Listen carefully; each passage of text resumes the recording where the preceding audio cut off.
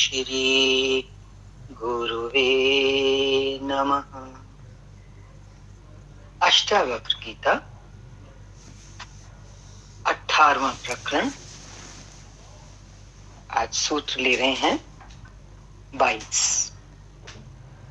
अनुवाद है, संसार मुक्त पुरुष को, संसार से जो पुरुष मुक्त हो गया है उसको ना तो कभी हर्ष होता है ना विषाद। वो शांत मन वाला पुरुष सदा ही विधेय की भांति, विधेय मुक्त की भांति शोभता है, शोभायमान होता है। व्याख्या है, मनुष्य का संसार बाहर नहीं है, उसकी भीतरी वासनाएं, कामनाएं, इच्छाएं, आकांक्षाएं, अपेक्षाएं ही उसका संसार है।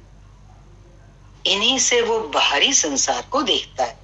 जो भीतर है उसी के अनुरूप बाहर उसको दिखाई देता है, और इन्हीं के कारण, किनके कारण, जो भीतर है उसे हर्ष विषाद का अनुभव होता है।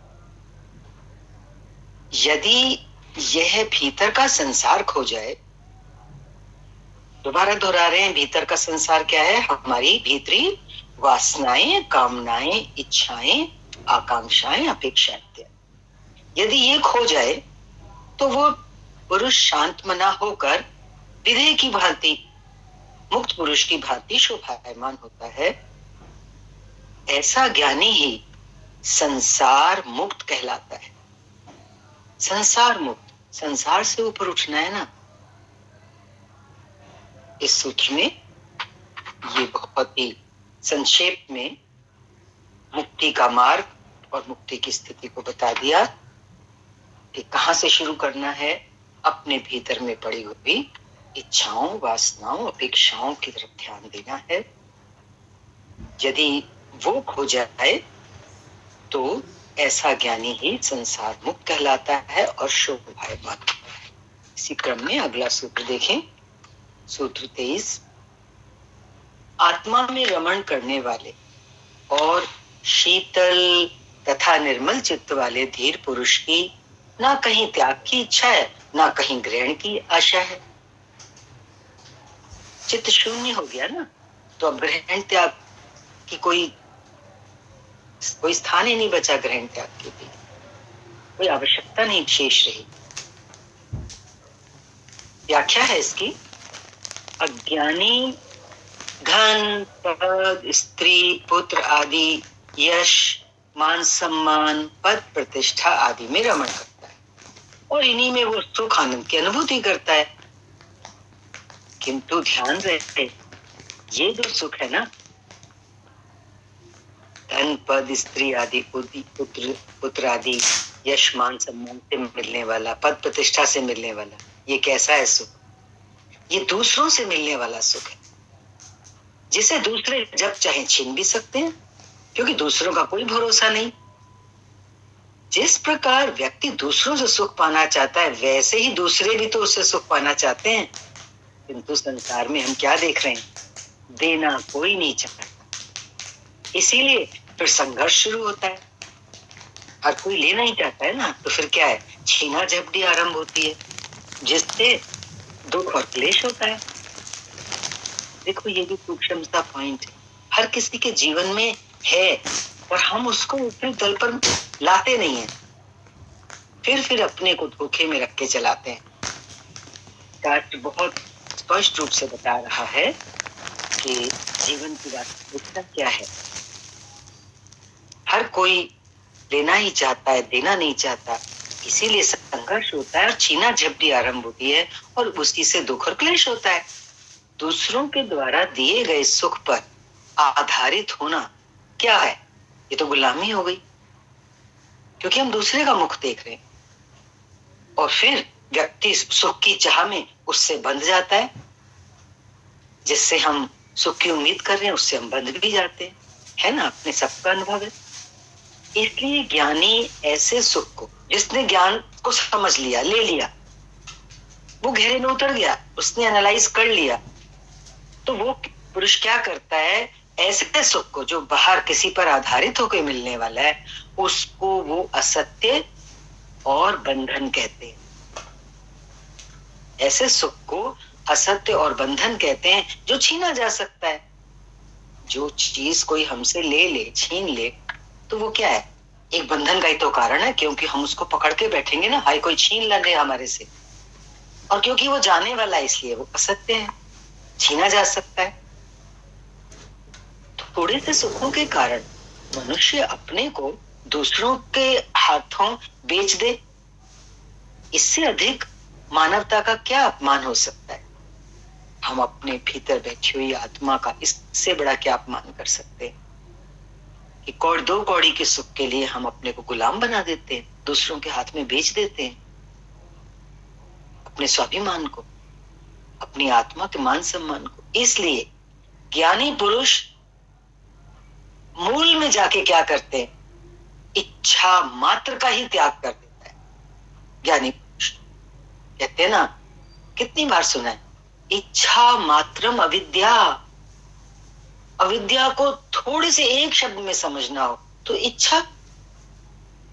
इसलिए ज्ञानी क्या करता है? इच्छा मात्र का त्याग कर देता है, ना त्याग की इच्छा करता है और ना ग्रहण की।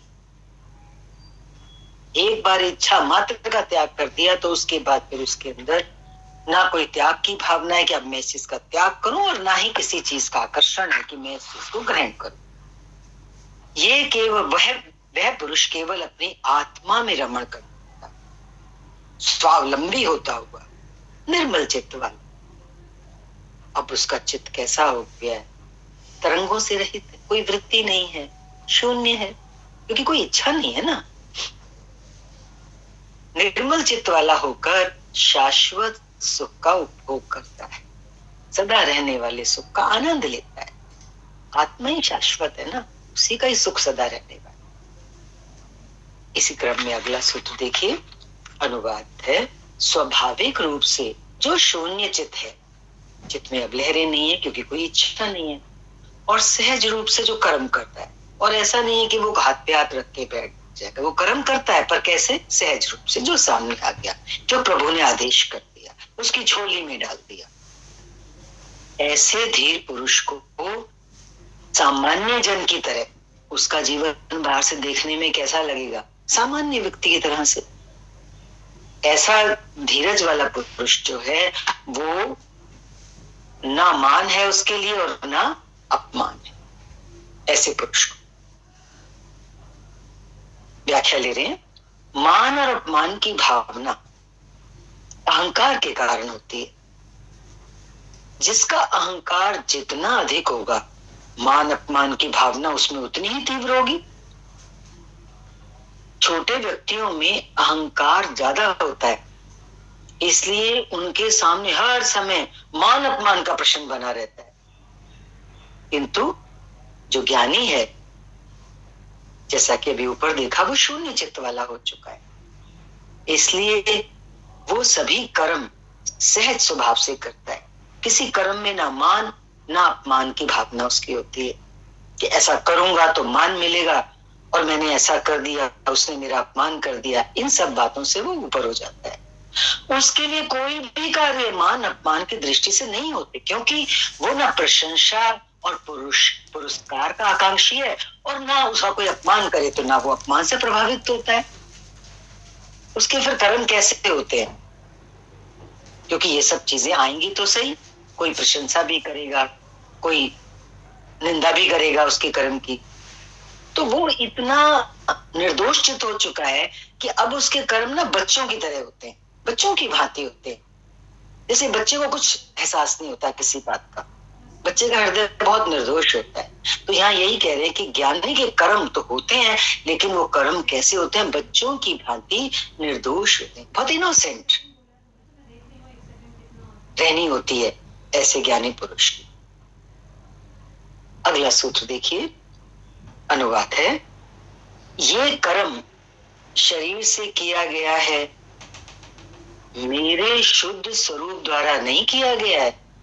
शुद्ध स्वरूप मीन्स आत्मा। आत्मा में तो कोई कर्म बना नहीं है। कोई भी कर्म होता है मनसा वाचा कर्मणा, या तो शरीर से होता है, या मन से होता है, या वचन से होता है। तो स्थूलतम रूप से शरीर पे दिखाई देता है कर्म होता हुआ। तो ये कर्म शरीर से किया गया, मेरे स्वरूप से थोड़ी हुआ है। ऐसी चिंतना का जो अनुगमन करता है, मीन्स जिसके अंदर ऐसा चिंतन रहता है, वो पुरुष कर्म करता हुआ भी नहीं करता, क्योंकि वो बिल्कुल अपने को अलग रखे हुए है, अपने सत स्वरूप को, शुद्ध स्वरूप को, उसमें बैठा हुआ है। वहां से वो दृष्टा होकर देख रहा है कि शरीर से कर्म हुआ।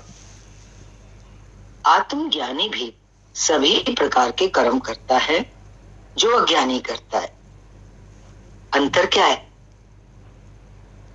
अज्ञानी के अंदर अहंकार है, तो अहंकारी होने के कारण सभी अच्छे बुरे कर्मों का भार वो अपने ऊपर ले लेता है कि ये मैंने किया है। वो स्वयं को कर्ता मानता है। परिणाम क्या होता है कि उस जो भी कर्म वो करता है, उस कर्म के फल का वो भोक्ता भी बन जाता है, और फल आकांक्षा के बिना कोई कर्म करना जानता ही नहीं। अज्ञानी व्यक्ति हमेशा कोई भी कर्म कैसे करता है कि ये कर्म करूंगा तो ये फल मिलेगा। लेकिन जो ज्ञानी है वो अपने को शरीर और मन से परे क्या समझता है? आत्मा जान लेता है। और आत्मा तो न करता है न भोगता है। जब उसने अपनी पहचान आत्मा से कर ली, अब शरीर से जब कर्म हो रहे हैं तो वो तो अकर्ता हो गया ना, क्योंकि वो तो दृष्टा है उन कर्मों का और शरीर का। समस्त कर्म शरीर व मन से किए जाते हैं, किंतु ऐसा ज्ञानी पुरुष आत्म स्वरूप होने से सभी कर्मों का क्या हो जाता है? दृष्टा मात्र रह जाता है, साक्षी रह जाता है कि ये कर्म शरीर द्वारा किए गए हैं, मुझ आत्मा द्वारा नहीं। ऐसा व्यक्ति कर्म करता हुआ भी उनसे अलिप्त रहता है, उनका फल उसे नहीं भोगना पड़ता। यदि अज्ञानी बुरे कर्म करके ये कहे कि ये शरीर ने किए हैं, मुझ आत्मा ने नहीं किए हैं, तो भी वो फल का भोक्ता होगा ही, क्योंकि उसमें वासना, अहंकार विद्यमान है कि मैं करने वाला हूं। वो डिनाई नहीं कर सकता अपने किए हुए कर्म को, क्योंकि उसके अंदर में पड़ा है, अहंकार पड़ा है, वासना पड़ी, जिसके कारण वो कर्म कर रहा है, तो वो फल का भोक्ता उसको होना ही पड़ेगा। इसके विपरीत, इसके उलट आप ज्ञानी की स्थिति देखिए।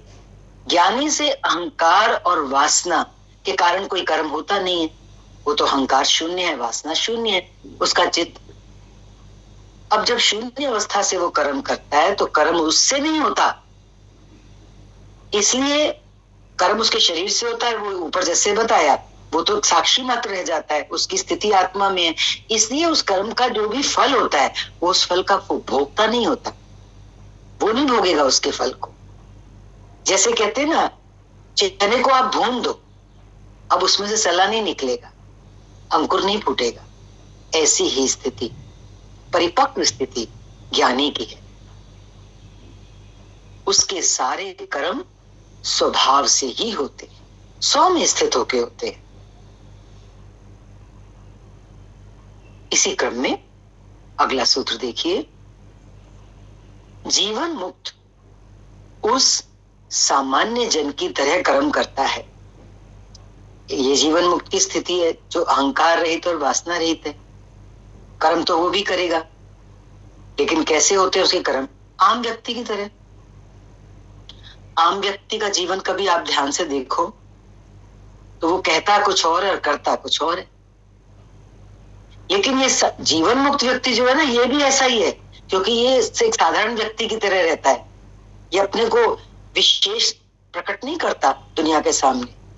यहाँ कह रहे हैं जीवन मुक्त भी सामान्य जन की तरह कर्म करता है। कैसे? कहता कुछ और है और करता कुछ और है। तो वह मूढ़ नहीं होता है। जो संसारी व्यक्ति है वो तो मूढ़ है, लेकिन ये ज्ञानी व्यक्ति संसारी सामान्य जन की तरह से बढ़ता हुआ भी मूढ़ नहीं होता है, और वो सुखी श्रीमान संसार में रहकर। ऐसा व्यक्ति कैसा? सुखी है, श्रीमान है, और संसार में कैसा रहता है? शोभायमान होता है। देखो, थोड़ा सा कुछ लग रहा होगा कि वो सामान्य जन की तरह कहता कुछ और है और करता कुछ और है, इसका स्पष्टीकरण व्याख्या में आ रहा है। देखिए व्याख्या, ज्ञानी की पहचान ज्ञान से होती है, कर्म से नहीं होती है। मुक्ति भी ज्ञान से ही होती है। कर्म करके कोई मुक्त नहीं हो सकता। सभी कर्मों का आधार शरीर, मन और अहंकार है। इसलिए बोला ना, कर्म करके कोई मुक्त नहीं हो सकता। जो कर्म शरीर से करेगा, अहंकार से करेगा, तो वो तो बांधेंगे शरीर से और ज्यादा।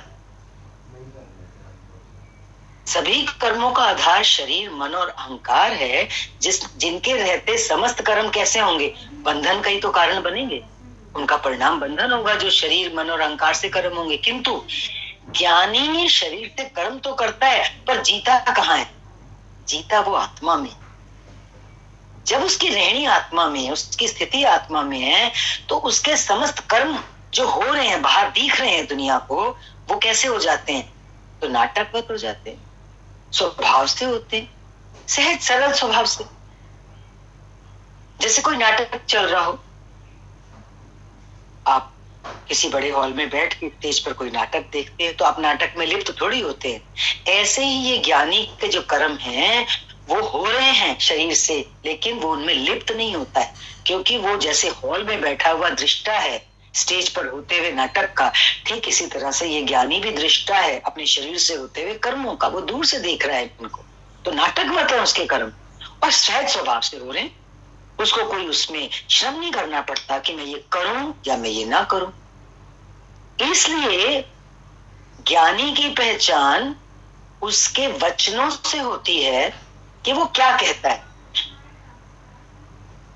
उसके वचन ही सत्य होते हैं, भले वो कर कुछ भी रहा है, लेकिन हमें उसकी पहचान उसके कर्म से नहीं करनी, उसके वचन से करनी है, क्योंकि उसके वचन ही सत्य होते हैं, किंतु उसके कर्म उनसे भिन्न भी हो सकते हैं। वो जो ऊपर बात आई थी, वो कहता कुछ और है और करता कुछ और है। वो कर कुछ और सकता है और कह कुछ और सकता है, लेकिन जो सत्यता हमें पकड़नी है, वो कहाँ पकड़नी है ज्ञानी पुरुष की? उसके वचनों से पकड़नी है कि वो क्या कह रहा है, क्योंकि उसके वचन ही सत्य होते हैं। उसके कर्म उनसे भिन्न भी हो सकते हैं। किससे? वचन से। ज्ञानी के वचन ही सत्य होते हैं, किंतु ज्ञानी के जो कर्म है उसके वचनों से भिन्न भी हो सकते हैं। ज्ञानी जो है वो एक साधारण व्यक्ति की भांति ही खाता पीता है, व्यवहार करता है, किंतु सामान्य जन की तरह ये सब करते हुए भी वो है कैसा? वो असामान्य है, वो असाधारण है। ज्ञानी है ना, वर्तन तो एक सामान्य व्यक्ति की तरह कर रहा है। समझ में आ रही है बात? कि उसका व्यवहार शरीर के तल पे हमें सामान्य जन की तरह दिखेगा, तो हम उसकी जो पहचान करेंगे वो उसके बाहर के कर्म से नहीं करेंगे, हम उसकी पहचान उसके वचन से करेंगे कि वो कहता क्या है, क्योंकि उसके वचन ही सत्य होते हैं। बार बार कह रहे हैं हम आपको, उसके कर्म उसके वचन से भिन्न भी हो सकते हैं। क्लियर हुआ? अब आ रहे हैं अज्ञानी के ऊपर। इसके विपरीत जो अज्ञानी है वो बड़े बड़े काम भी कर सकता है, बड़े धार्मिक यज्ञ अनुष्ठान कर सकता है, असामान्य कार्य भी करता है, करता हुआ दिख सकता है। वो बड़े असामान्य कार्य करता हुआ भी कैसा है? साधारण ही, सामान्य ही। उदाहरण के तौर पर यूं समझो इस बात को, जो गिद्ध होता है वो आकाश में बहुत ऊंचा उड़ता है। इतनी ऊंचाई पर पहुंच के भी आकाश में नीचे उसकी दृष्टि किस पे रहती है? गिद्ध की, मुर्दे पर। ऐसे ही जो सामान्य व्यक्ति है वो बड़े बड़े ऊंचे कार्य करके भी, असामान्य कार्य करके भी सामान्य ही है। इस दृष्टांत से समझ लेना जो गिद्ध की बात बोली। ऐसे ही बगुला भी एक टांग पर खड़ा होकर बड़ी तपस्या करता है, किंतु नजर उसकी कहाँ होती है? निगाह उसकी मछली पर ही होती है। ये डिफरेंस। कर्म कुछ और है, लेकिन अंदर में भाव कुछ और। इसी प्रकार अज्ञानी के कर्म बड़े ऊंचे होते हुए भी उसकी दृष्टि तो क्षुद्र वासनाओं पर ही होती है, क्योंकि वो उसकी फल में दृष्टि होती है ना। ये करूंगा तो ये मिलेगा। छोटी छोटी वासनाओं की पूर्ति में होती है उसकी दृष्टि। इसलिए अष्टावक्र कहते हैं कि ज्ञानी और अज्ञानी के कहने और करने में अंतर होता है। हम समझते हैं, ये पॉइंट क्लियर हो रहा होगा, ये बहुत जरूरी है क्लियर करना। संसार में ज्ञानी और अज्ञानी में अंतर समझने और देखने के लिए। आगे कह रहे हैं ज्ञानी विवेक में जीता है, वो जानता है राइट और रॉन्ग, सही रास्ते, वो सत्य में जीता है। सत्य क्या है? आत्मा। वो सृष्टि के एकात्म भाव में जीता है कि सिवाय उस परमेश्वर के, एक उस तत्व के दूसरी तो कोई चीज ही नहीं है। ये है एकात्म भाव। जड़ चेतन, पेड़ पत्थर पौधे पर्वत सब कुछ, शत्रु मित्र सब समदृष्टि। एवं जो सामान्य जन है वो अहंकार और वासना और छोटे छोटे शुद्र स्वार्थों में जीता है। यही भीतरी अंतर होता है। भीतरी अंतर को देखना है। इसलिए कह रहे हैं कि अज्ञानी के जो कर्म है वो मूढ़तापूर्ण होते हैं। करता कुछ है, कहता कुछ है। ज्ञानी मूढ़ नहीं होता, वो अंदर से सब समझता है, विवेक में जीता है, सत्य में जीता है। वो संसार में रहकर भी उसका बाहर से कर्म कैसा है? सामान्य जन की तरह से। वो संसार में रहकर भी सुखपूर्वक जीता है, शोभायमान होता है। सामान्य सा जीवन जीते हुए भी वो अलौकिक लगता है और भीतर में वो सुख में रहता, सुख की स्थिति में रहता है। अज्ञानी भी संसार में रहता है लेकिन दुखी रहता है। दोनों ही संसार में, ज्ञानी सुखी है, शोभायमान है, और अज्ञानी दुखी है। ये अंतर हमने समझना है। ज्ञानी की पहचान किससे होती है? बाहर से नहीं, ज्ञान से होती है कि वो कहता क्या है, उसका वचन सत्य होता है, कर्म से नहीं। उसका कर्म मत देखो। एक बार ऐसे ही दादा किसी गुत्ते पे नजर आए किसी उनके भक्त को, तो उस भक्त को बड़ा संशय हो गया कि शराब की दुकान पर दादा क्या कर रहे हैं। बाद में पता चला कि किसी वृद्ध व्यक्ति की तबीयत बहुत ज्यादा खराब थी, तो दादा सेवा में गए थे वहां पर कि ब्रांडी लाके उसको दवाई तौर पे वो दी जाए। तो देखो, वो सामान्य जन की तरह तो वहां चला गया। उसने ये नहीं सोचा मैं तो इतना बड़ा गुरु हूं, मैं वहां पे कैसे जाऊं गलत जगह पे, कोई मुझे देखेगा तो नहीं। उसका निष्काम कर्म है ज्ञानी।